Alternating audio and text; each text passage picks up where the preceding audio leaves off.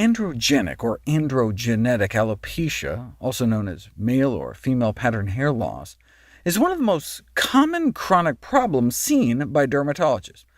Wait, so it's called male pattern hair loss and female pattern hair loss? Yeah, in men they call it male pattern hair loss, and in women they call it female pattern hair loss. OK. Either way, it's characterized by progressive hair loss, predominantly of the central scalp.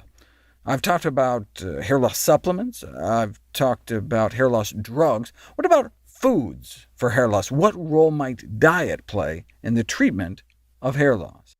Human experiments with fecal transplants offer a clue to how powerful our microbiome is, with reports of improvements in hair loss after a fecal slurry made from freshly passed stools from a donor was administered into another person's colon, and not just by a little. Totally bald guy starts growing back hair a few months after a fecal transplant, and a little over a year later, check it out, completely regrown. The moral of the story is not to drink brown smoothies, but to keep your good gut bugs happy. Population studies have found that male pattern baldness is associated with poor sleeping habits and the consumption of meat and junk food, whereas protective associations were found for the consumption of raw vegetables, fresh herbs, as well as the frequent consumption of soy milk. Drinking soy beverages on a weekly basis was associated with 62% lower odds of moderate to severe hair loss, raising the possibility that there may be compounds in plants that may be protective. Complementary and alternative medicine treatments boast the ability to cure hair loss safely and with less side effects than conventional medicine. However, it's important to look beyond the overarching claims in marketing to critically review the literature.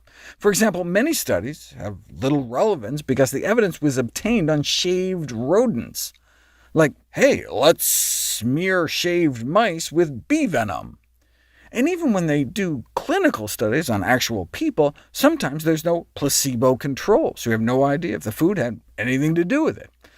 But there has been a randomized, double-blind, placebo-controlled study of compounds in hot peppers and soy, showing significantly higher promotion of hair growth. Here are some before and after pictures of both men and women. OK, but what kind of doses were they using? 6 milligrams of capsaicin a day, and 75 milligrams of isoflavones. OK, what does that translate out to in real food? You can get 6 milligrams of capsaicin in just a quarter of a fresh jalapeno pepper a day. That sounds pretty doable. And you can get 75 milligrams of isoflavones eating 3/4 of a cup of tempeh, or just straight soybeans. Soy nuts are even more concentrated, dry roasted soybeans, but given the formation of advanced glycation end products in high-fat, high-protein foods at high temperatures, I'd suggest avoiding routinely eating roasted or toasted nuts, seeds, or soy. There's also been a randomized, double-blind, placebo-controlled trial of pumpkin seed oil. Where did they get that idea?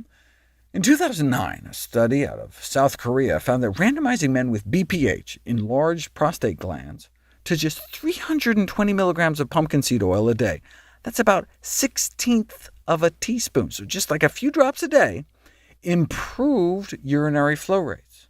Urinary flow continued to kink off and decline in the control group, but those taking the equivalent of just like eating 2 single pumpkin seeds a day saw significant improvement.